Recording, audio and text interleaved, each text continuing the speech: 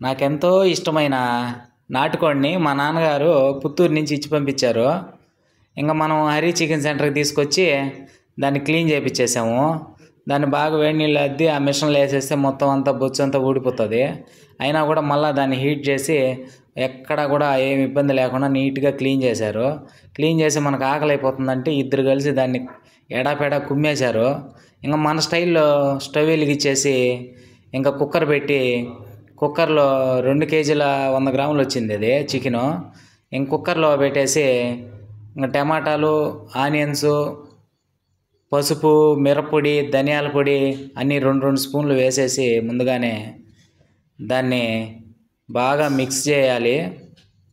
Mix చేసి నీట్గా ఉప్పు కూడా వేసేసి దాన్ని బాగా మిక్స్ చేసి కలిపేయాలి. కలిపేసి ఇంక కుక్కర్ మూత పెట్టేసి ఒక 8 విజిల్స్ వచ్చేంత వరకు పెడితే ఈ విధంగా వచ్చేస్తుంది. ఫ్లేవర్ చాలా బాగుంటుంది ఈ టైప్లో చేసుకుంటే.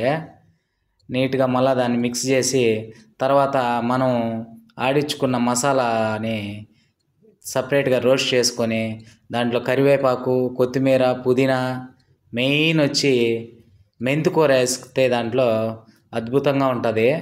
ఆ ఫ్లేవర్ చాలా బాగుంటుంది, టేస్ట్ కూడా. వాటిని మసాలాలో బాగా మిక్సింగ్ చేసి నీట్గా చూస్తుంటేనే టెంప్ట్ అయిపోతున్నాము. మిక్స్ చేసి దాన్ని ఎత్తి మళ్ళా కుక్కర్లో వేసేసి మిక్స్ చేసి ఒక 5 మినిట్స్ మళ్ళా దాన్ని నీట్గా వేడి చేస్తే ఇంకా రెడీ అయిపోతుంది.